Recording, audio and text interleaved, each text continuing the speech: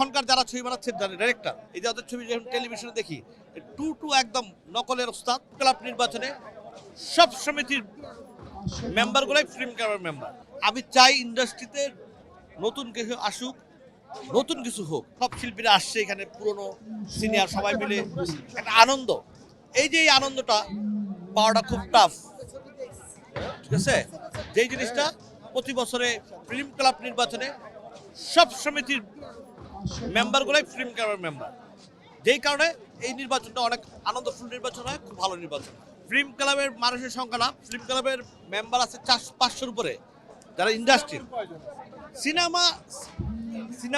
সিনেমারই 500-র উপর আছে। আর বাকি 100 বাইরের, তারাও টেলিভিশনে বা বিভিন্ন মিডিয়াতে থাকে এই ধরনের, ঠিক আছে?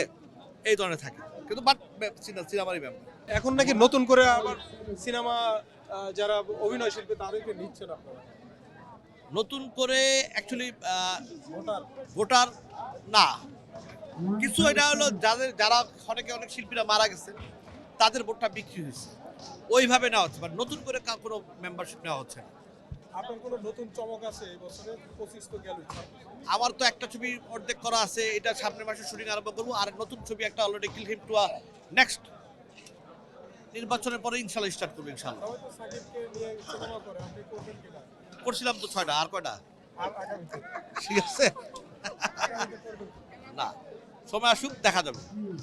অনেকে চাচ্ছে যে আপনি সাকিবকে নিয়ে একটা সিনেমা। না, আমি তো করবো না, অনেকে জানতে পারে, মানে আমি করবো না। আমি চাই ইন্ডাস্ট্রিতে নতুন কিছু আসুক, নতুন কিছু হোক। একজনের প্রতি ইন্ডাস্ট্রি ডিপেন্ডেন্ট থাকা কখনোই ভালো না। সেই জন্য আজকে ইন্ডাস্ট্রির অবস্থা।